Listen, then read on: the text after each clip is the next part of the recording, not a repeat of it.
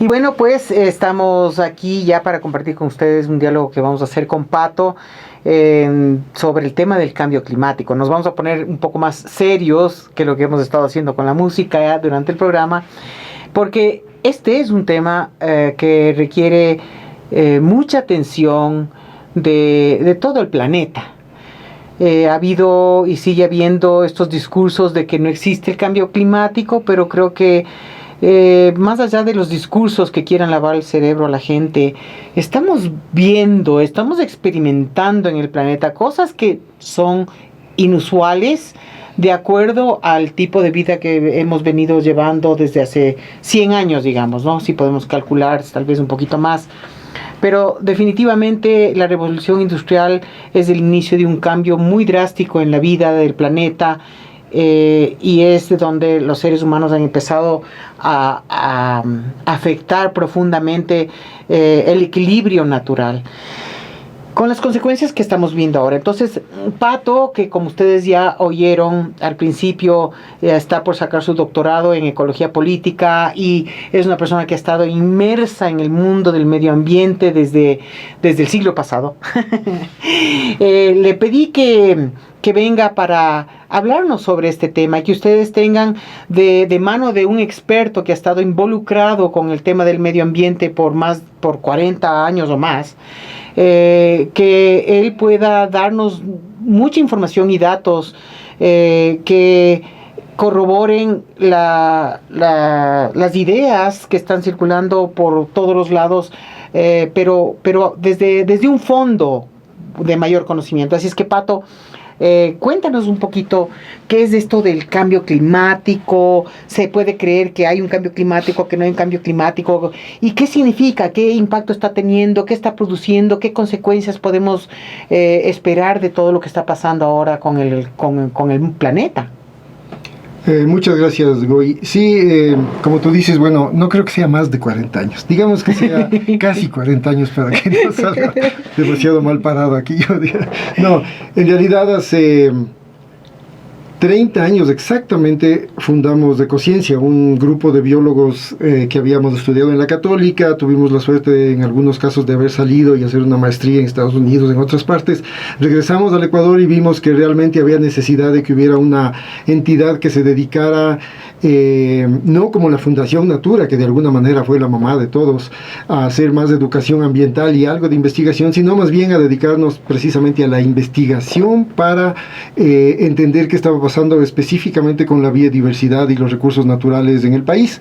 Y así surgió Ecociencia. Justo como digo, hace 30 años acabamos de hacer una pequeña celebración, digamos, de una serie de eventos a lo largo del año pasado. Estamos muy contentos por haber logrado terminar la tercera década de una labor que ha sido realmente complicada. Desgraciadamente el ambiente nunca ha sido una prioridad en ningún gobierno y mucho menos en el anterior. Entonces estuvimos realmente, al igual que muchas otras instituciones, al borde no de la quiebra, porque las ONGs no quiebran, digamos, sino de desaparecer simplemente. Pero se logró con el esfuerzo de gente muy, muy valiosa, que no se hunda, digamos, simplemente que se aguante con una huella. Y ahora estamos otra vez, yo diría que nunca llegaremos a ser como estuvimos en los años 90, que posiblemente fue la mejor época de las ONGs ambientales en general, pero por lo menos estamos vivos y resurgiendo de alguna manera, reinventándonos casi. Pero bueno, esto era simplemente un preámbulo para decir que sí, hemos estado trabajando en la cuestión ambiental. Yo tengo una licenciatura en Ciencias Biológicas de la Católica. Tuve la suerte de tener un profesor danés que me metió en la cuestión de la botánica, más que nada de la ecología de los páramos, donde yo he trabajado desde ese entonces, digamos, hacia ahí sí, justo 40 años, como ecólogo, como planificador de áreas protegidas, ese tipo de cosas. Si es que de algo puedo decir que soy experto en botánica de páramos. Y ahí me he dado cuenta cómo el calentamiento global es realmente un hecho. Es decir, no solo es cuestión de la tan mediatizada o de los tan mediatizados discursos acerca, por un lado, los de Greta, que están en un lado, digamos, del arco iris, y los de Trump y otros detractores famosos que están completamente en el otro lado. Yo, por supuesto, estoy más del lado de Greta. que del otro. No puede ser de otra manera. Es decir, estar del lado de los detractores del cambio climático es realmente una especie de suicidio colectivo. O sea, no tiene sentido. Las pruebas son suficientemente grandes, más allá de lo que puedan decir los medios y lo que uno puede entender a través de esta avalancha de información que hay, que realmente le abruma a uno. Pero como tú dices, más allá de todo eso, que sí demuestra científicamente, si uno filtra las cosas, que hay un cambio climático muy notable y muy pernicioso, el hecho es que estas últimas 3 semanas en Quito tuvimos el peor verano en la historia de la capital y completamente fuera de foco. No era en agosto, cuando se supone que hay estos solazos, pero era en enero y sin viento. Entonces realmente estábamos en un invernadero. Literalmente Quito fue un invernadero durante estas, no sé cuánto fue exactamente, unas 3 semanas, en donde parecía que estábamos en la costa, en Manabí, no sé, era un clima realmente loco. Y claro, por un lado es rico, o sea, es rico que no te llueva, pero por otro lado, estar embotellado en el auto sin aire acondicionado en esas condiciones era también terrible. Pero en cualquier caso, eso y otras cosas que están pasando hacen ver que realmente el cambio climático es una realidad, no solamente es el calentamiento global, que ya está redemostrado, sino cambios en general. Va a haber, en la película, siempre yo le hago referencia a la película El día después de mañana, así se llama. Sí, sí. El día después de mañana, sí. En donde, de una manera totalmente exagerada, se aborda este tema del calentamiento global. Lo que podría pasar, no se sabe exactamente cuánto, pero en las próximas décadas, digamos, en esa película pasa en una semana. Pero pasa lo que va a pasar. Es decir, la única exageración en la película es el tiempo. Es como contraerle para que poder hacer una película. Si no puede hacer una película que dure 100 años, digamos, ¿no? en su trama. Y ahí se ve claro que no solo va a haber un calentamiento global, sino que muchas partes, como los mismos Estados Unidos, se van a congelar por el desvío de las corrientes que están llevando hacia el aire caliente hacia Europa y todo ese tipo de cosas. Esa película, por más que sea exagerada, casi ridícula, digamos, en su trama específica, es muy real, si es que le frenamos un poco a la velocidad con que va, y eso es más o menos lo que ya está pasando. El derretimiento de los glaciares, la desaparición de pequeñas islas en los océanos, los cambios climáticos como estamos viendo en Quito. Yo me acuerdo cuando era guagua, entrábamos al colegio y en octubre teníamos que ir con botas de caucho y encauchado. Así es. Así teníamos, o sea, era un lodazal del demonio. Ahora, ¿qué guagua has visto tú en Quito con botas de caucho? Máximo con un suéter. Exacto, y no es porque hay la moda, yo no quiero ponerme botas de caucho, no hay sino necesidad. Porque ¿para qué te vas a poner botas de caucho en Quito? ¿No? Claro. Entonces la cosa es seria, obviamente. Mira, y por ejemplo lo que pasó con Venecia, que se inundó hasta 1,5 metros más o menos, que llegó 1,40 metros, que se inundó, y después estaban los canales vacíos, o sea, se fue todo el agua, no sabíamos a dónde. Y lo que está pasando en tantos otros lugares que dicen, recién nomás vi algo en Girona, que el nivel de agua está pero súper alto y hasta llegando, los puentes están llegando a un nivel increíble. Bueno, esto, si bien podemos hablar cosas específicas de aquí, pero realmente esto es un tema que está pasando en todo el planeta. Los incendios en Australia, en Siberia, las erupciones volcánicas. Ahora, Pato, ¿cuánto en qué porcentaje, si es que podemos hablar de porcentajes, la actividad humana está contribuyendo para el calentamiento global? Esa es una de las controversias, digamos, que existen, y eso es una de las cosas que los detractores dicen. Ok, digamos que sí hay, ok, aceptemos que hay calentamiento global, ya no pueden irse contra los datos, digamos, que dicen que las temperaturas están subiendo, que las islas están desapareciendo, que los glaciares están derritiendo y todo lo demás. Dicen, ok, sí, pero es porque hay más radiación solar, o es porque los volcanes están botando cosas y eso hace el efecto invernadero, entonces ¿qué culpa tengo yo? pero justamente de lo que se ve es que los gases de efecto invernadero que son producidos por el ser humano o por animales domésticos del ser humano o por máquinas del ser humano son las que han hecho que a partir de la revolución industrial en los últimos 200 años más o menos se produzcan estos cambios de manera mucho más drástica y rápida. Entonces, es difícil decir el 70% es culpa del ser humano, digamos, no sé, pero en cualquier caso hay un alto porcentaje de culpa de la humanidad en general, y ahí hay que ser muy cuidadoso también porque no es que todos los seres humanos somos iguales en cuanto a cuánto estamos contribuimos, afectando. digamos. Hay países que prácticamente no hacen nada y solo sufren, hay otros países que son los que más contaminan, entre solitos 2 o 3 países son los que más contribuyen y poco hacen. Pero en general China, India, ¿qué más? los mismos Estados Unidos. Ah, también. Claro, Ajá. Entonces la cosa es complicada, digamos, pero en cualquier caso, si es que tomamos a la humanidad o la actividad humana como una sola, dejando claro que no todos los seres humanos somos iguales en términos de cuánto contribuimos a este problema, es evidente que la actividad de la sociedad humana es la causante de esta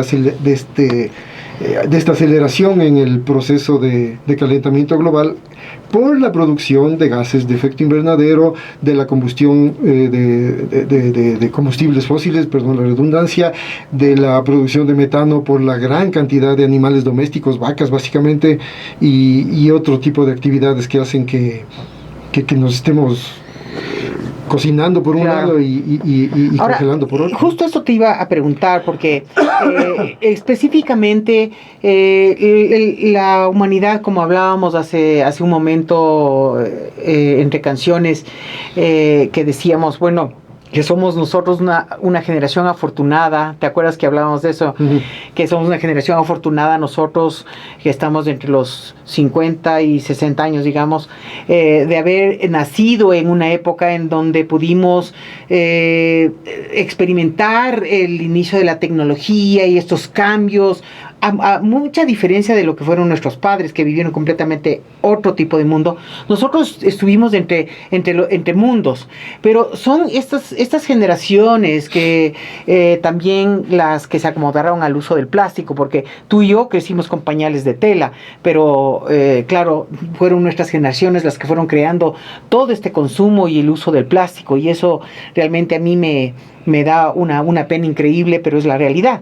Entonces, ¿qué nos hemos acostumbrado? Tenemos un tipo de vida en la humanidad moderno a la que la gente se ha acostumbrado y que no está dispuesta a salir de su comodidad para redireccionar su vida hacia algo que sea de beneficio para todos. Entonces, ¿podrías tú tal vez hablarnos un poquito, ya enfocados en el impacto que tiene estos hábitos que hemos adquirido como humanidad, estas comodidades y este tipo de productos y tipo de vida que llevamos, que tiene un impacto tan terrible?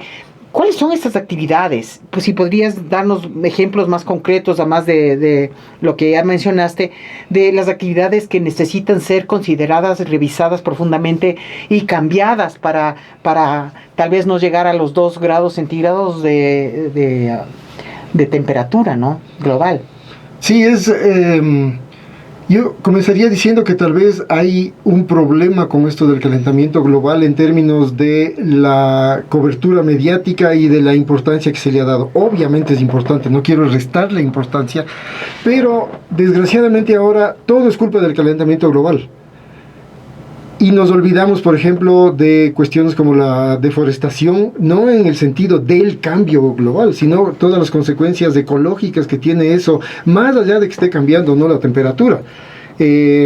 Ahora prácticamente en las ONGs, por ejemplo, en las que yo he trabajado durante tanto tiempo, si es que no metes el componente de cambio climático en el proyecto que estás haciendo de educación ambiental a las comunidades orientales en el Yasuní, por decir algo, un ejemplo inventado, no te dan plata. Yeah. Tienes que meter, así como en algún momento tenías que meter, no por convencimiento, sino porque si no, no te hacen caso, la cuestión de género, por ejemplo. Uh-huh. Ahora tienes que meter la cuestión del cambio climático, porque si no, simplemente dicen, no, si no está enfrentando el cambio climático, no le damos plata. Sí, la educación ambiental es interesante, el ecoturismo es chévere, pero cambio climático, por ahí tiene que ir de alguna manera, entonces uno tiene que no disfrazar, digamos, pero tratar de encontrarle por dónde le entro a esto del cambio climático para que me hagan caso y me den plata para hacer proyectos, digamos, en términos muy generales.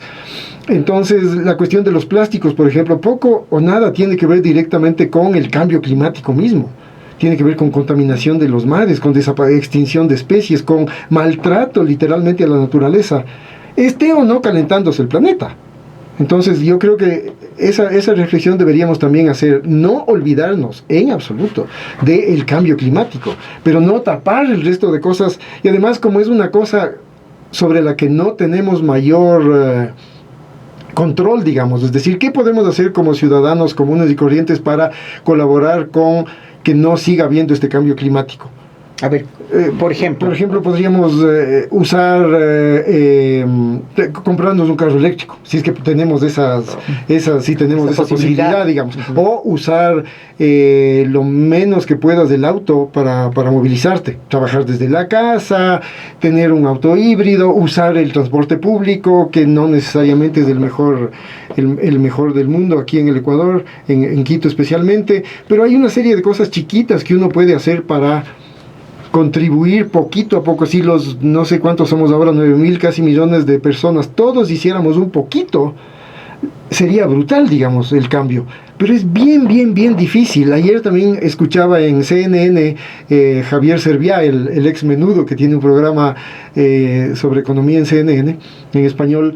Le entrevistaba a un experto y le decía en esta reunión de Davos, que es esta reunión de la élite, digamos, los más altos tomadores de decisión, están más o menos dedicados en esta reunión a la cuestión del cambio climático. Pero ahí decían, hay un poco de doble discurso, y siempre ha habido un doble discurso en los políticos en ese sentido, de que van todos en su avión privado a Davos a discutir sobre cómo combatir el cambio climático. Entonces, Serviá decía, bueno, por lo menos sean un poco más coherentes. Arrienden un avión entre todos y vayan todos en un solo avión, o vayan aunque sea en avión comercial, en el más caro que puedan conseguirse, pero no vayan en su avión. O sea, 100 aviones chiquitos podrían haber sido solo un avión grande, y tal vez el cambio en sí mismo no va a ser muy grande, pero la actitud, el impacto mediático, eso va a ser. Pero a nadie se le ocurre siquiera. Entonces siempre está el discurso del cambio climático. Es que no son como Greta. Claro, exacto. Y a ella también, hasta ella le ha criticado que a la final ir en barco también contamina, no sé qué. Entonces es bien complicado, pero siempre hay como hacer algo, digamos, no comer carne. O sea, cosa súper difícil. Yo trato de ser vegetariano, yo digo, ahí es un mea culpa total, no puedo dejar de ser carnívoro, pero por lo menos no comes todos los días. Consciente, no como todos los días, prefiero, o sea, si puedo comer pescado, lo hago, ese tipo de cosas que evitan, por un lado, el maltrato animal en los camales, digamos, que es una cosa terrible, y ese es otro de los grandes problemas que también medio como que se tapan por la cuestión, el cambio climático tapa todo, y por otro lado, la deforestación para poner vacas. La deforestación sí tiene que ver directamente con el cambio climático, por la transformación de los bosques y la salida de CO2 al ambiente, y por una serie de cosas, digamos, tanto éticas como pragmáticas. Comer carne, tener vacas es malo para el planeta, digamos. Y así se puede hacer una gran cantidad de cosas, pero yo creo que lo más importante que puede hacer un ciudadano común y silvestre como nosotros es elegir bien a las personas que van a tomar las decisiones, mucho más allá de lo que podamos hacer nosotros en la casa con la basura y el plástico y el perrito, yo que sé, cosas así. Elegir bien, o sea, que la gente que viene a querer que le elijamos venga primero con un discurso ambiental clarísimo, y que después vaya cumpliendo lo que va diciendo, que eso es todavía más complicado, obviamente. Es decir, pueden venir y decirte la maravilla, pero después cómo se dice eso, cómo les monitoreamos, les seguimos, para ver si realmente están haciendo lo que dijeron que iban a hacer. Y ahí es donde también de alguna manera es corrupción decir, yo voy a hacer 10.000 casas y no hacer ni media.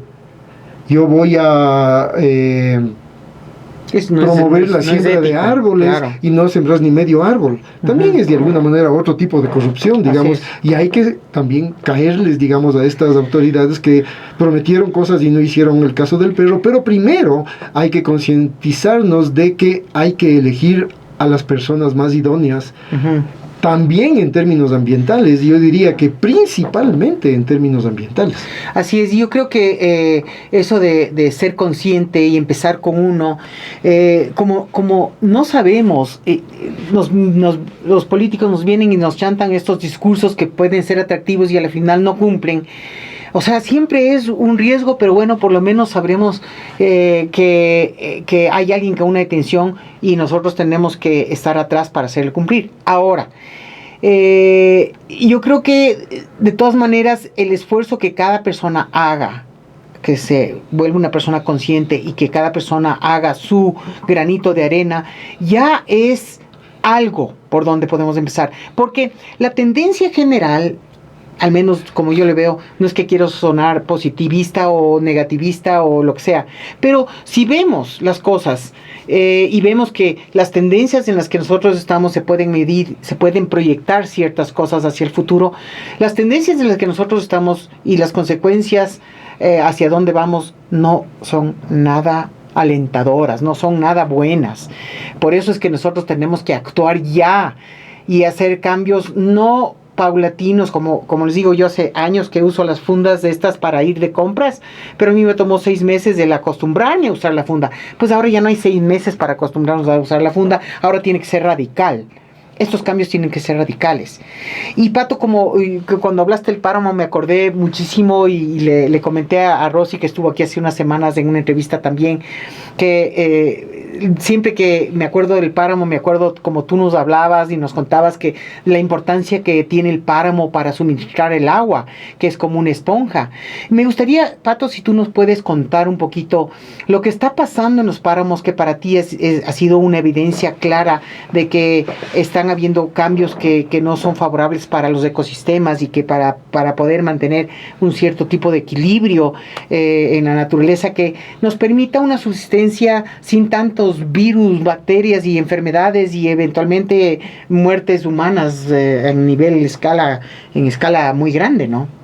Sí, el páramo es un ecosistema muy, muy especial al que yo llegué, como decía, hace mucho tiempo para hacer mi licenciatura en el Páramo del Ángel, que es una joya que todo el mundo debería conocer, con los frailejones y todo eso. Y desde ahí me enamoré, digamos, de este ecosistema. Terminé haciendo la tesis de licenciatura, después tuve algo que ver también la de maestría, y después me dediqué al páramo ya en la ONG, digamos, de cabeza, más que nada, más que a la parte ya ecológica, que es con la que entré, digamos, al páramo, a la parte más de planificación participativa, es decir, de ir a páramos y hacer planes de manejo de esos páramos con las comunidades que son las que están ahí viviendo en o muy cerca del páramo, y a las que muchas veces se les critica diciendo que ellas son las que destruyen el páramo y nos dejan sin agua. O sea, hay todo un discurso medio chueco, digamos, alrededor de eso. Pero en cualquier caso, el páramo es este ecosistema que durante mucho tiempo fue visto como ese ecosistema donde solamente hay unas comunidades que pobrísimas, que no sirven para nada. Es un ecosistema al que hay que irle a visitar de vez en cuando hace buen clima para tal vez ver un venadito, un cóndor y unos paisajes alhajas, pero poco a poco la gente se fue dando cuenta de que era muchísimo más que eso. En términos puramente ecológicos, por ejemplo, el páramo es un ecosistema de altura tropical, totalmente tropical, que tiene una biodiversidad altísima frente a otros ecosistemas montañosos. Por ejemplo, comparando los Andes contra los Alpes, por ejemplo, la biodiversidad de los páramos es muchísimo más grande, digamos. La cantidad de diversas especies de plantas y animales en los páramos es notable, especialmente teniendo en cuenta que la biodiversidad va disminuyendo conforme uno va subiendo en altitud. Pero explícame, o sea, hablamos de biodiversidad, pero ¿qué beneficio tiene la biodiversidad? ¿Por qué es importante la biodiversidad? O sea, ¿en qué nos afecta a nosotros los humanos, digamos, la biodiversidad de los diferentes ecosistemas? Hay varios niveles a los que es importante la biodiversidad. La biodiversidad puede ser entendida simplemente como cuántas especies diferentes hay en determinado sitio, pero también puede uno irse a la escala superior de los ecosistemas, que es cómo esas especies están funcionando juntas en un ecosistema que tiene funciones muy importantes para los seres humanos. En el caso del páramo, el agua, por ejemplo. El ecosistema páramo es fundamental porque su suelo, que es una mezcla de material orgánico y volcánico, tiene una capacidad esponjosa, pero realmente maravillosa.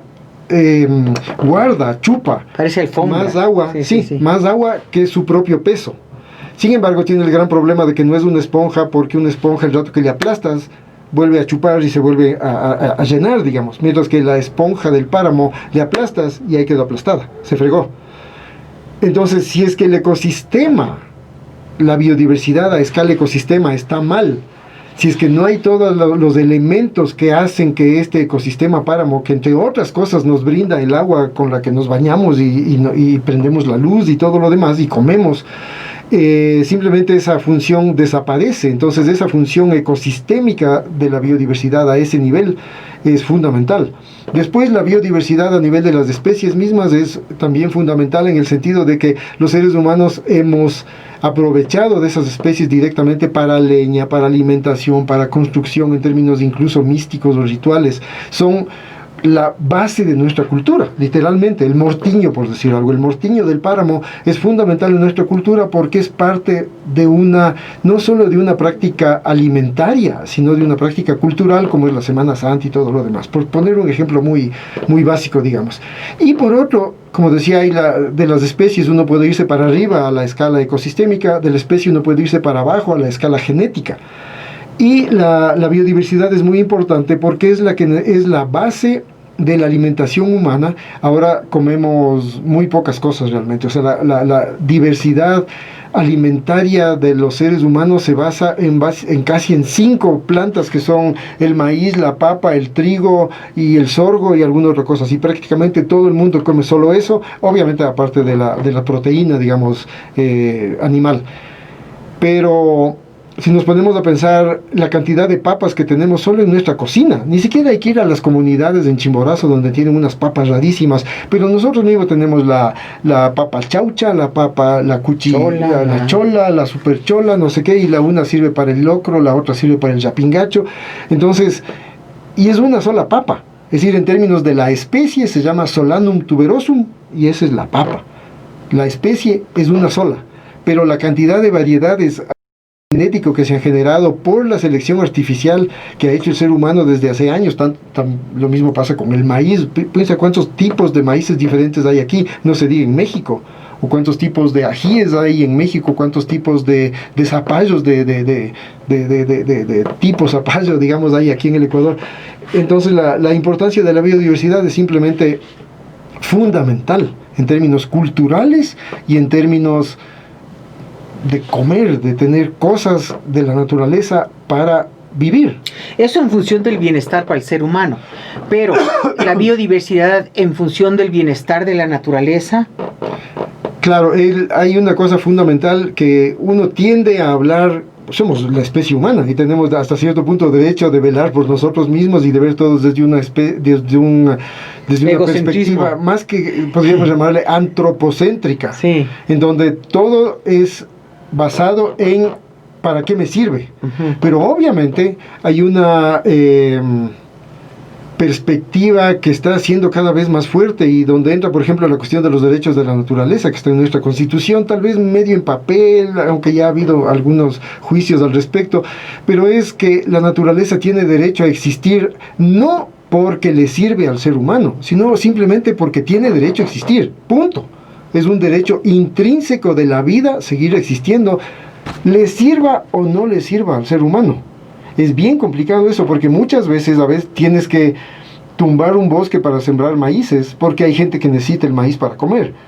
Entonces el balance, ¿cómo logras ese balance? Y especialmente cuando tenemos un crecimiento demográfico espectacular, cambios climáticos que hacen que ciertas especies ya no se den aquí, o que vengan unas especies que antes no había, y todo eso hace que la cuestión esta de respetar el derecho a la vida intrínseco y no con relación a si es que le sirve o no a la especie humana sea una cuestión complicada, digamos, pero obviamente yo soy de la visión, o trato por lo menos de ser de la visión de que los seres vivos merecen vivir más allá de que nos sirvan o no. ¿Te refieres como seres vivos a plantas, animales, a Gaia, a la tierra como tal? Exactamente, tener una especie de concepto de Gaia, que es esta visión de Jim Lovelock, que me parece que todavía vive, tiene más... John no es, John Lovelock. James. Jim Lovelock, sí, que creo que tiene más de 100 años, vive todavía, si no me equivoco, murió hace poco, que es este físico inglés que se dio cuenta de que se podía verle desde un punto de vista súper científico, digamos. Él no era un místico, no tenía esa visión, era un físico, digamos, cuadradazo, pero se dio cuenta de que en realidad Gaia, o el planeta Tierra, al que le puso este nombre de Gaia, porque es Gea, básicamente, que es el nombre antiguo en griego, era en sí mismo un ser vivo, que podía incluso tener una homeostasis como ser vivo, es decir, reaccionar frente a los efectos de, en este caso, el ser humano, por ejemplo. Y está reaccionando. Está reaccionando. Entonces, mucha gente dice que, por ejemplo, ciertas enfermedades que ahora aparecen es Gaia reaccionando, creando virus para liberarse de esta presión extrema a la que le estamos como se nos ha etiquetado de que somos el cáncer del planeta. Claro. Es muy, muy feo que suena, ¿no? Pero es la verdad. El ser humano es tenaz, y la sobrepoblación mundial, que realmente no hay conciencia de la gente, porque seguimos en la procreación, ya no por la supervivencia de la especie, sino por el placer de tener genética a futuro. Esta ahí sí, idea romántica de procreación, porque quiero tener familia. No hay, estas personas no están considerando lo que se viene, ¿no? Para sus propios hijos. Exacto, esa es la gran paradoja, digamos. Es decir, por un lado, es decir, no te pueden quitar el derecho de reproducirte, digamos, pero tiene que ser una reproducción racional, digamos, consciente. Y además hay que tener en cuenta que no solo es la gran cantidad de gente, sino la pésima distribución de los recursos naturales en el mundo. Es decir, teóricamente, si es que el planeta fuera súper bien distribuido en términos de recursos naturales y de riqueza en general, digamos, a lo mejor hasta podría soportar más gente de la que ya tiene. Podría ser, pero realmente distribuyendo bien los recursos, si el agua estuviera distribuida de una manera racional, si es que la agricultura estuviera manejada de una manera racional, podríamos decir que hasta podría soportar más gente. No creo, pero por lo menos el problema, a lo que quiero llegar, es que el problema no solo es cuánta gente hay, el problema es que mucha gente se muere de hambre, mientras hay otra gente a la que le sobra la plata y desperdicia, pero a lo bestia. Claro. Entonces no solamente es la cantidad, sino la posibilidad de que esa gente pueda vivir de una manera decente, de una manera digna, en un planeta que es finito, no es una esfera infinita. Y sabes, ¿no?, que de esto lo que he podido notar es que la Unión Europea parece ser la más ocupada del tema del cambio climático, la que más cosas está haciendo para hacer un cambio. Evidentemente ellos también son muy responsables del cambio climático, y creo que el haber asumido esa responsabilidad ha hecho que lleguen al tema del Acuerdo de París, que aún así no se está cumpliendo nada. Y de que ya se salió Estados Unidos. Se salió Estados Unidos, pero sin embargo he visto, por ejemplo, que están pasando leyes como que ya no puede haber desperdicios en los supermercados, los desperdicios tienen que ser dados a la gente que lo necesita. Bueno, hay cosas que están haciendo que uno ve y dice, wow, ¿cómo será si es que nosotros aquí aprendemos, nosotros en nuestros países, a separar la basura, a ser más conscientes con el tema de no llegar al punto de necesitar reciclar, sino pensar o repensar las cosas antes de caer en la rueda del consumismo, del cual tendríamos que estar saliendo para poder frenar un poco esta tendencia avasalladora en la que estamos envueltos, ¿no? Y o sea, hablamos, ¿por qué el tema de los combustibles fósiles, Pato? Pero yo quisiera, antes de entrar en el tema de los combustibles fósiles y ver por qué esto es algo que se pide que se deje el petróleo en el piso y hay tantos intereses económicos de por medio. Antes de eso quisiera ir a un pequeño espacio, un break, no musical, sino un break. Vamos a hacer un pequeño anuncio, una frase célebre relacionada con el cambio climático y vamos a regresar con algo más de eso, pero vamos a airearnos un poquito porque este es un tema muy candente y para volver y hablar sobre el tema de los combustibles fósiles y el impacto que tienen sobre la vida. Así es que regresamos en breve y recuerda comunicarte con nosotros a través del WhatsApp al 0999-217-000. Esto es desde Ecuador y si estás escuchándonos desde cualquier parte del mundo, al 593-999-217-000. Estamos en un diálogo con Patricio Mena. Él ya tiene pronto su PhD en ecología política, además de toda la experiencia que él ya ha compartido con ustedes. Entonces es importante escuchar a alguien de tremenda trayectoria, hablar sobre estos temas que nos puede ilustrar de cosas. Ya vamos a también ver de qué soluciones o de qué alternativas podemos nosotros tener para empezar a actuar en nuestras vidas. Pero bueno, vamos a regresar en breve para continuar con esta interesantísima charla con Patricio Mena.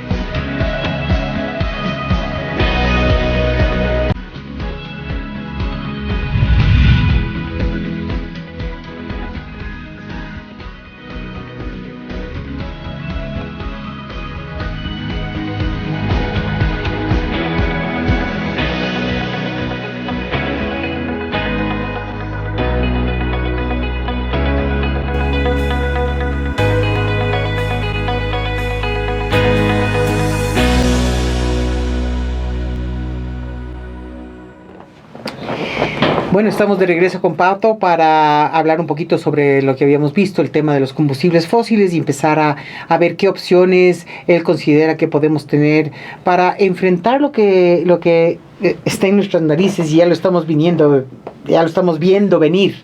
Así que, Pato, lo que quería preguntarle sobre los combustibles fósiles o sea, hemos usado combustibles fósiles por ya unos, ¿qué será? 100 años, ¿será? ¿Qué realmente impacto tienen sobre el planeta y sobre nosotros inclusive? Porque yo veo las combustiones de los buses y esas cosas nos hacen un daño terrible, pero ahí es lo único que tenemos. Entonces, ¿qué impacto tienen los combustibles fósiles sobre el planeta y sobre nosotros? ¿Y por qué sería importante? ¿Qué se puede hacer al respecto?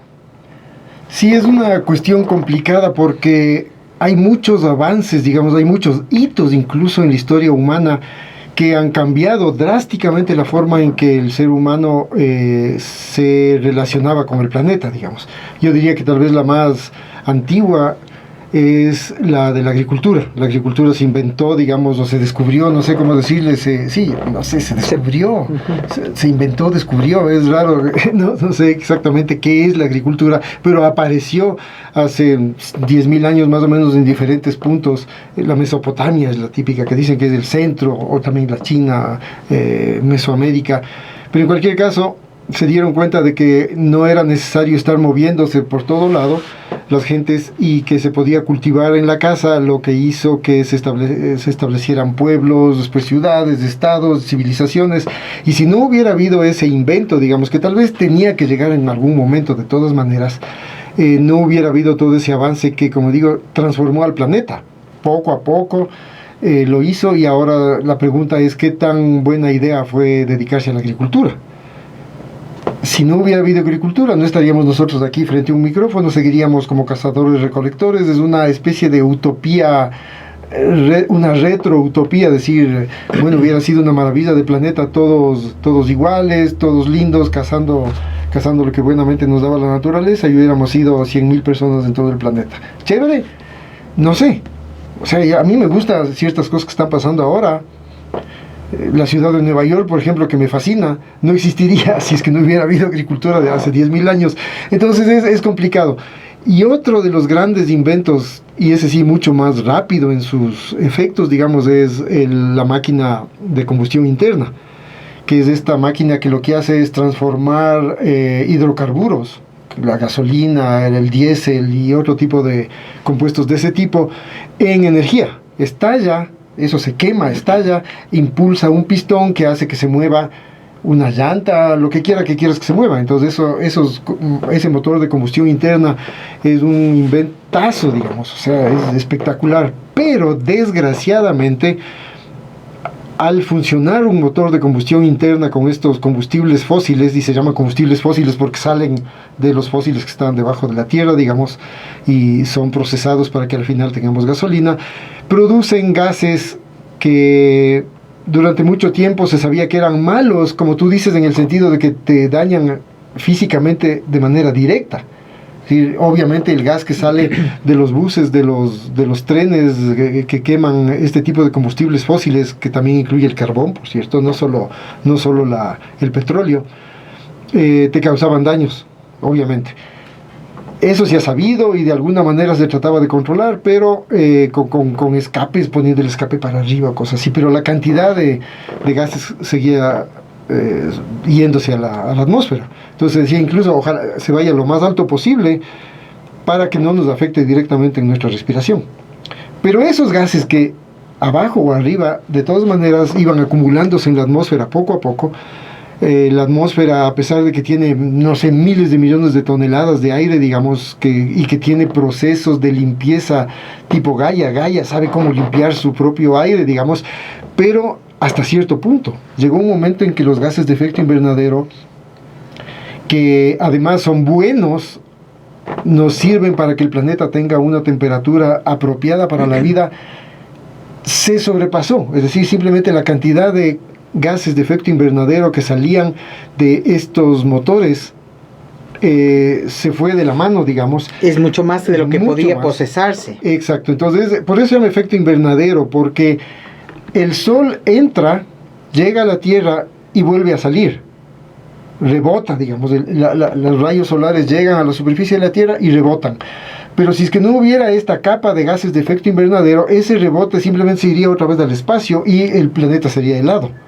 Entonces, justamente se llama invernadero porque es lo que se hace en un invernadero cuando le pones unos techos semi-transparentes, translúcidos. Entra la luz del sol, pero no logra salir en un 100%, se queda y el invernadero se calienta. Pero si le tapas demasiado, digamos, si pones un vidrio demasiado fuerte para la transparencia, entra la luz, se queda demasiado dentro del invernadero y el invernadero se convierte en un infierno. Eso es lo que pasa más o menos con la Tierra. Se está formando una capa de efecto una capa de invernadero, un techo del invernadero demasiado fuerte, que deja entrar los rayos solares, pero no deja que la energía salga otra vez al espacio, y por eso es que la Tierra se va calentando y calentando y calentando, más allá de lo que le conviene a Gaia, digamos.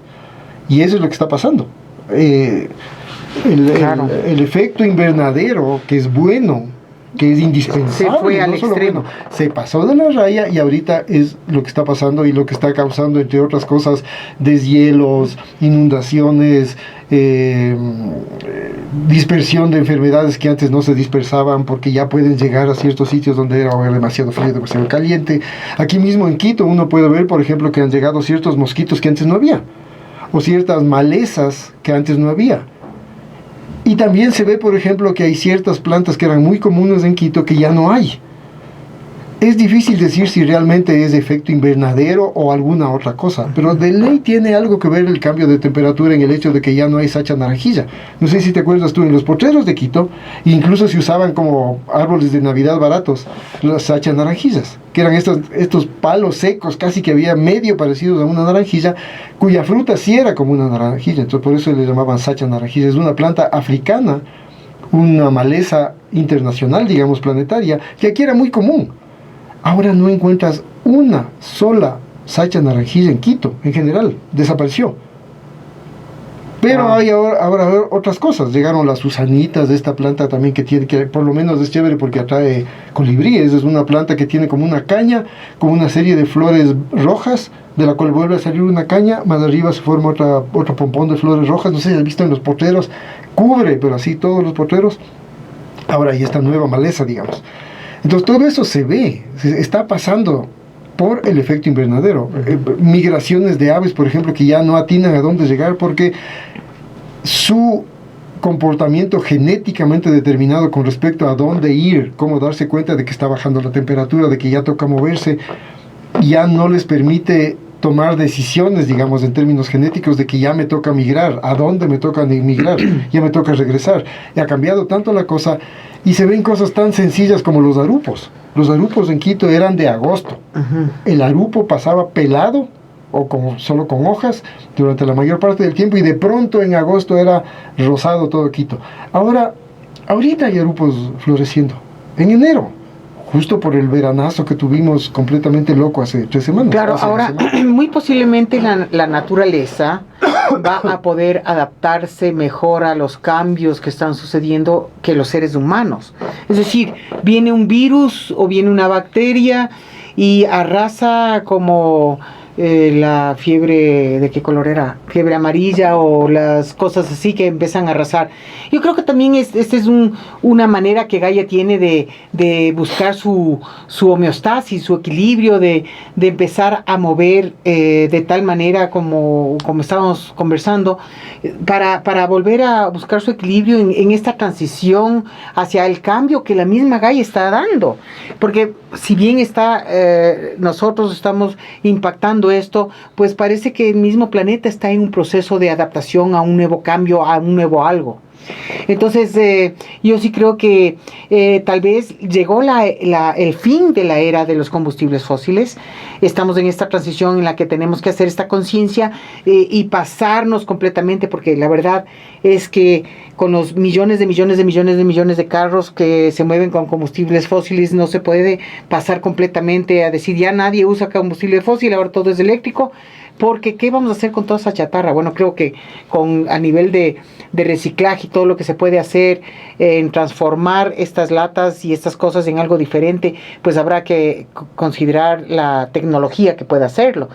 Y sería óptimo poder dar un cambio drástico a energías renovables en todo sentido, pero dependen de miles de cosas y no todo el mundo lo puede hacer tan drásticamente como se necesita.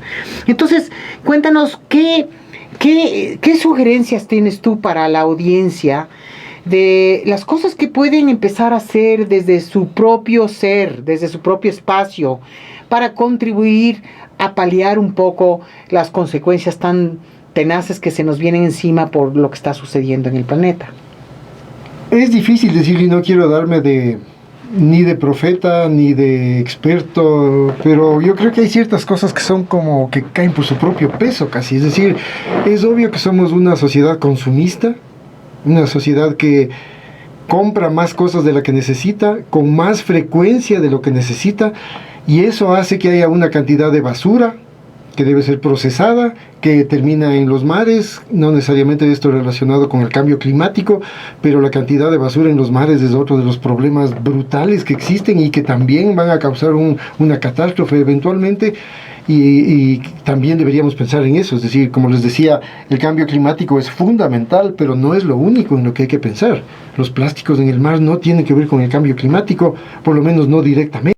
Entonces hay un montón de cosas sobre las que deberíamos pensar, incluyendo fundamentalmente el cambio climático y esa necesidad totalmente creada de cambiar de ropa cada cierto tiempo, de tener un auto más grande cuando en realidad no necesitamos un auto más grande, aunque posiblemente los autos nuevos, grandes o chiquitos, son mucho más eficientes en términos ambientales o más saludables, digamos, que tener un pichirilo del 60, en donde dices yo estoy contribuyendo teniendo un carrito viejo, pero a lo mejor ese carrito viejo está generando chiquito, más. está generando más. Entonces por lo menos hay que tenerle a ese motor lo más perfectamente posible. O sea, lo mínimo que puedes hacer es tener un auto que contamine lo menos posible, si es que no puedes comprarte un auto por lo menos híbrido.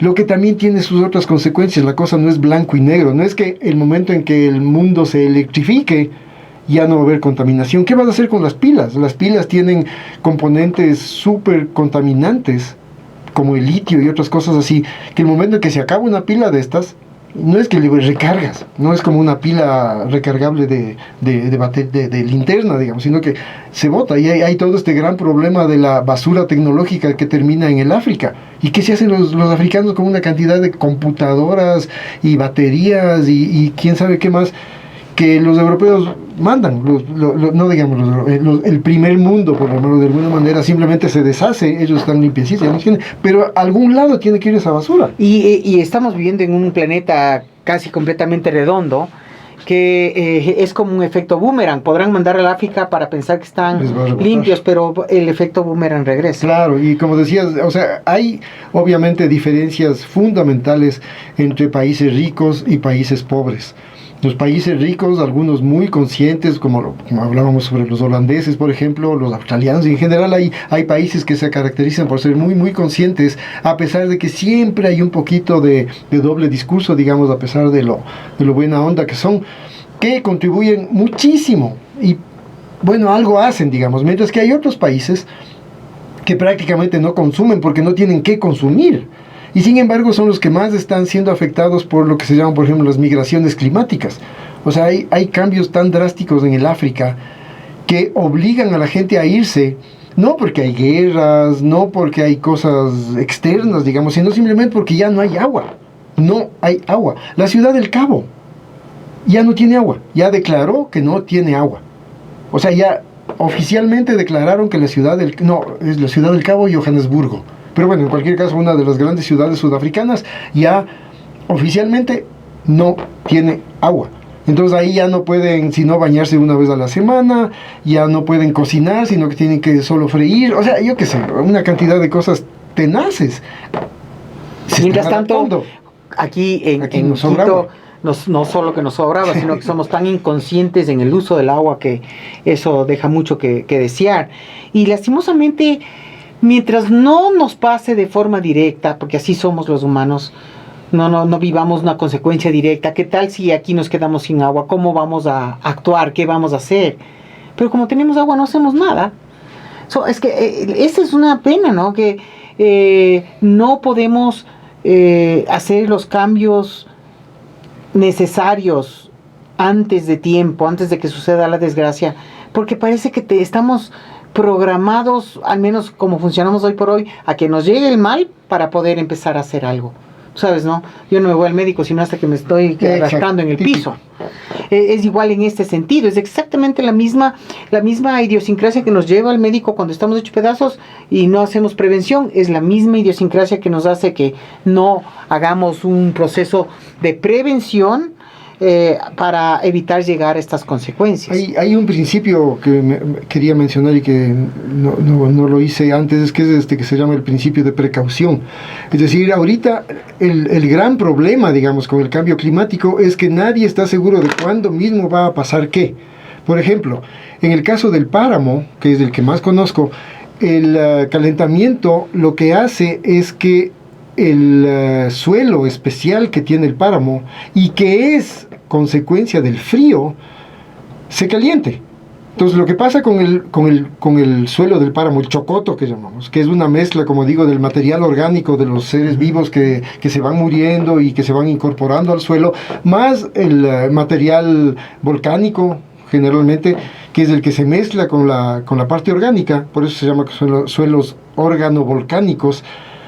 Funciona como esponja porque la materia viva no se pudre, o se pudre muy lentamente. Y esa, por el frío. Por el frío, simplemente es tan frío, es como una refrigeradora, no se pudre porque es frío. Y ese hecho hace que se junte esta materia orgánica de pudrición lenta, llamemos así, con el material volcánico y forma esta esponja maravillosa, que es la que nos da de comer, la que nos da luz, la que nos da todo. O sea, aquí en Quito, si no hubiera páramos, no existiera Quito. ¿O cómo sería Quito? Sería una especie de ciudad en Arabia o algo así, una cosa rarísima, ¿no? Pero el momento en que se calienta, se pudre esa materia orgánica que es parte de estos suelos especiales y deja de ser esponja. Simplemente deja de ser esponja. ¿Cuándo va a pasar eso? Ya está pasando, ya están subiendo las temperaturas, ya hay mediciones de que los páramos se están calentando como en muchas otras zonas del planeta. Pero realmente, ¿cuándo va a llegar este punto en que la mayoría de los suelos del páramo dejen de ser esponjosos y simplemente el agua baje a lo bestia, llevándose todo? Y entonces en invierno vamos a tener inundaciones y en verano vamos a tener sequía, mientras dure la cantidad de agua, porque además los glaciares se están disminuyendo, ya no va a haber agua desde los glaciares. Entonces va a haber una cantidad de cambios que van a afectar a Quito, hablando de nosotros aquí, de una manera impresionante. Pero exactamente cuándo es dificilísimo predecir. O sea, se hacen modelos, se hacen predicciones y todo, pero pueden decir en 50 años, entonces no importa. En 50 años ya no es mi problema. O será en 5 años, puta, ahí sí me asusto. Ahí es donde viene lo que decía yo del principio de precaución. No es necesario tener todos los datos acerca de que algo puede pasar para empezar a tomar medidas. Como tú dices, no esperar a que pase, claro, sino para empezar a hacer algo. Aplicar el principio de precaución y empezar a hacer algo casi por si acaso. Ojalá no pase, pero como es posible que pase, mejor de una vez tomemos medidas. Ya, a ver, entonces, ¿qué medidas, Pato? Ahora sí, concentremos en las medidas porque nos queda poco tiempo para poder hacer algo más de música. ¿Qué medidas recomiendas tú? En este sentido, hablando del páramo mismo, no desperdiciar el agua. Es decir, el agua viene del páramo y mientras más agua necesitamos nosotros aquí, más le pedimos al páramo y más conflictos hay con la gente que está en el páramo, a la que le decimos no maltrate el páramo y no sé qué. Entonces, una cosa que como quiteños, que ni siquiera tenemos que ir al páramo. Nosotros vivimos del páramo, pero muchos quiteños ni siquiera conocemos del páramo. Pero por lo menos no desperdiciemos agua. No le pidamos más agua al páramo, sino más bien tratemos de que esa agua que todavía está bien en el páramo sea bien utilizada en riego para que podamos comer, que es la mayor parte del agua que se usa del páramo, y también para agua potable, para usarla de la manera más racional posible. Y además eso nos ayuda en términos económicos. O sea, pagamos menos agua. Pero como el agua realmente es barata en Quito y nadie va a estar dispuesto a pagar más agua para colaborar con los proyectos de conservación y precaución, digamos, del páramo, entonces hay que estar, por un lado, dispuesto a ahorrar y también dispuesto a pagar un poquito más por el agua para que esa plata bien manejada y bien monitoreada, por supuesto, sea usada para que el páramo siga cumpliendo con esta función ecológica fundamental. Entonces yo creo que ahorrar agua, o sea, manejar bien nuestros recursos naturales. En Quito, especialmente el agua, que es a la final la que también nos da la luz. Toda el agua de Quito viene de la hidroenergía. O sea, el agua no solo es el agua que tomamos, es el agua con la que usamos la computadora y este micrófono. O sea que el segundo sería usen la luz adecuadamente. Energía eléctrica. La energía eléctrica también viene del agua. Y de donde quiera que venga. Es decir, resulta que en nuestro país viene del agua. Es el país con más ríos del mundo. O sea, el país en el planeta con una densidad de ríos más alta es nuestro país. O sea, somos absolutamente bendecidos. Pero botamos la basura a los ríos, que se van a los mares, hay ignorancia, la minería de campo abierto que está destruyendo las aguas. O sea, es una cosa pero terrible. Y eso que ya han pasado cosas graves, como la cuestión esta de Buenos Aires, de Nimbabura, este pueblo que ya parecía que Nambija había desaparecido. Ahora tenemos Buenos Aires, en donde toda esa contaminación y toda esa miseria humana, además. O sea, no es solo la cuestión de que el mercurio y el arsénico y todo lo demás, sino las enfermedades. ¿Cómo vive esa gente ahí? Yo tuve la oportunidad de ir a Nambija hace tiempos y casi me muero. O sea, realmente era como haber llegado a un planeta de ciencia ficción en donde no hay nada. Es todo una miseria, un caos, una cosa, pero espeluznante realmente. O sea, era como haber sido al fin del mundo, al infierno, no sé. Y seguimos en eso, no aprendemos, dale y cada vez peor. Qué bárbaro. Pero para no ser negativista, como es así, o sea, va a haber que adaptarse y nosotros vamos a ver las consecuencias hasta cierto punto, teniendo la edad que tenemos, pero nuestros hijos, los que están ahora bueno, mi hijo tiene casi 19 años. Él y su generación y la gente más o menos de esas edades son los que van a tener que enfrentar esto de alguna manera. Ojalá la misma tecnología ayude en algo, pero mucho más que eso es la actitud de la gente. Como tú decías, la cosa debe construirse desde abajo. No puede estar simplemente la gente esperando que algún genio de Harvard descubra que ha habido no sé qué rayo que destruye todo el efecto invernadero. Ojalá algún día haya ese señor que hay ahí, pero si no comenzamos desde abajo, y si no solo es esto de que hagamos reciclaje, usar el vehículo de la manera más racional, dentro de nuestras propias posibilidades, de no consumir más allá de lo que necesitemos, o sea, de una manera no solo biológica, sino cultural, digamos, o sea, porque el desperdicio es cultural, es una necesidad creada, digamos. No tenemos que desperdiciar nada. ¿Para qué desperdiciamos? O sea, es totalmente contra la lógica, pero es justamente lo que hacemos. Entonces tenemos que ser súper conscientes en nuestra casa de que cada acto que hacemos, cada mínimo acto que hacemos, está afectando al planeta. Y tenemos que hacer el mayor esfuerzo posible para que ese efecto, que no puede dejar de existir, sea el mínimo posible. Si eso hace todo el mundo, bueno, ojalá Harvard o quien quiera que sea descubra la manera de acabar con el efecto invernadero, o descubra un motor que funciona con agua. Ya lo descubrieron, pero le dieron el viri al pobre. Sí, no, es todo, bueno, la historia los intereses, es que es increíble, los humanos somos realmente, los intereses políticos, económicos, son los que están detrás de la mayor destrucción del planeta. Y entonces, esto es... Dios mío. Por eso digo yo que si bien hay que saber elegir, como tú mencionaste, elegir las autoridades que estén alineadas con los principios ambientales, no podemos esperar. Tenemos nosotros que actuar desde nuestra casa, desde el yo individual. Tenemos que hacer las adaptaciones y los cambios necesarios, y si es que escogemos bien una autoridad que sea más consciente, pues presionar para que haga las cosas. Algo que creo que vale la pena mencionar es también que ahora hay estas plataformas digitales, change.org, sí. ¿Cómo se llama la otra? Se me fue hay varias. Hay varias. Avaz. Avaz, ese es. Entonces hay que ser cuidadoso, obviamente.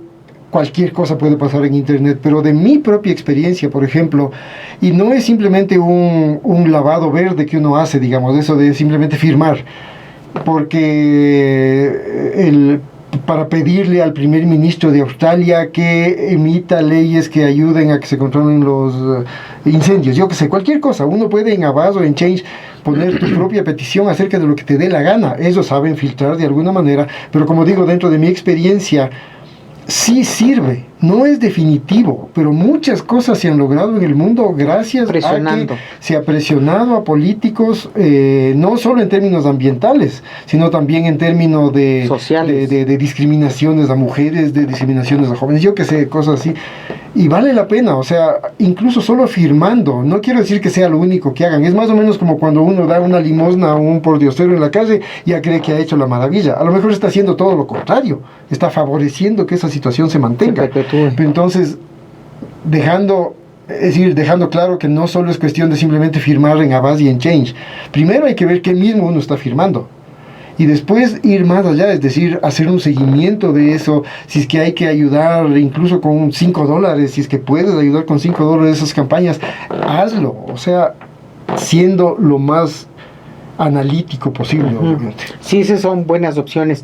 Bueno, se nos acaba el tiempo porque queremos seguir con el programa y la música, pero bueno, yo creo que nos has dado algunas pautas que son importantes y que son sencillas, es decir, usar bien el agua, no consumir energía eléctrica innecesariamente, no desperdicien las cosas, revisen el tema del consumismo, o sea, reciclen, reutilicen, todo, reducir las full R's, que hay un montón, y Ni mi propia letra entiendo. Bueno, que todos los actos que nosotros realizamos afectan al planeta. Entonces que tenemos que ser conscientes de lo que vamos haciendo. A mí me ha costado un montón el tema de pedir a la gente que meta los plásticos y la basura en las botellas que se van a convertir en ecos ladrillos. Puchas, qué difícil. Tienen que tener una convicción personal para poder hacer eso, porque esto de estar encima de las personas hasta que entiendan, como te digo, mucha gente no va a entender sino hasta que le caiga el mazazo encima, y no queremos que estamos tratando de hacer este tipo de programas para evitar que se llegue a las peores circunstancias, porque la gente no quiso hacer los cambios a tiempo. Y tal vez Entonces, otra cosa fundamental que tal vez vale la pena decir rapidito es que también tiene que haber coherencia a todos los niveles. Es decir, por ejemplo, es algo hasta gracioso. Yo fui a un edificio de ¿cómo se llama? De médicos. Y ahí había separada la basura, eso hace tiempo. Y claro, estaban muy bien los plásticos, los papeles, lo orgánico, lo típico, ¿no? O sea, varios basureros en el consultorio en el que yo estaba. Entonces yo boté una botella, no sé qué, en uno del plástico, y ya chévere. Cuando veo que viene el portero, digamos, el encargado de los servicios del edificio, y coge todos los basureros y les pone en una sola bolsa. Entonces digo, disculpe, pero ¿cuál es el chiste? O sea, está separando la basura aquí, nosotros estamos haciendo el esfuerzo como ciudadanos. Claro que no le dije en esas palabras, porque él a la final solo recibía órdenes. Pero le digo, oiga, ¿pero qué? ¿Y ahora para qué la separada? O sea, que si usted pone... no, es que abajo ya le volvemos a separar. Digo, no tiene sentido. Y de todas maneras, a no ser que tengas una persona, y eso también es otra cosa interesante, hay muchas personas, incluso a través de un app, que tú puedes llamar y decir... Son minadores que ya están organizados y patrocinados de alguna manera por el municipio mismo, que se acercan a los basureros y se dedican a sacar el plástico, que todavía la gente sigue botando como quiera. Entonces, eso es otra cosa también. O sea, tienes que acostumbrarte a separar la basura, incluso si es que después todo va al basurero. Claro. Porque sí hay maneras, tienes tu propio huertito, haces tu compost con la madera, y te consigues una persona que se lleve el papel, otra persona que se lleva el plástico, otra persona que se lleve el vidrio. Hay eso, nosotros tenemos esos contactos, o nosotros mismos llevamos a una escuelita que hay por ahí, que recoge todas las botellas y todos los papeles, y se hace sus platitas básicas, digamos, pero incluso te ayudas económicamente a grupos marginados. Entonces, claro, todo eso hay cómo hacer. La APP se llama Resi Besi. Exacto. Resi de reciclaje y Besi de vecino. Resi Besi es una APP que funciona para el Ecuador. Sí, y funciona muy bien. Y funciona muy bien, sí, yo ya tengo esa app y es cuestión de empezar a darle el uso. Claro, hay que ver, nosotros tenemos que abrirnos a adaptarnos a cosas nuevas, a formas de vivir nuevas. Pero, como les digo, antes... Hace unos 10 años, podían tomarme el tiempito de que me tome 5 meses adaptarme, como yo hablaba en el caso de las fundas. Ahora, chicos, chicas, no tenemos el tiempo. Ahora esto tiene que ser radical, créanme. Porque estamos, como decir, estamos en el mar y se nos viene una ola de 5 a 6 metros. Y nosotros pensamos que vamos a poder surfear en esa ola, bueno, sin ser expertos, pero el rato que le vemos que se va acercando, como en el caso de la película Interstellar, no es 5 o 6 metros, va a ser 20 o 30 metros, como una especie de tsunami. Entonces, seamos inteligentes, y más que inteligentes, seamos proactivos. Necesitamos hacer los cambios. Así que, Pato, gracias por esta información que has compartido con nosotros. Gracias. Nosotros vamos a irnos a un break y vamos a volver para continuar con el tema de la música en nuestros últimos segmentos aquí en el programa. Recuerda, estás escuchando el programa Reflexiones en JC Radio. También nos puedes seguir a través de nuestro canal de YouTube, es Grupo Serenidad, donde posteamos las entrevistas. También estamos con el programa que lo subimos a goypaz.com los días lunes, y estamos con la opción para información exclusiva de los fans que apoyen al programa en el iBox de Reflexiones, en donde estaremos compartiendo cosas muy exclusivas con las personas que apoyen al programa a través del iVoox. Así es que vamos a regresar en breve y a continuar con estos últimos segmentos de música.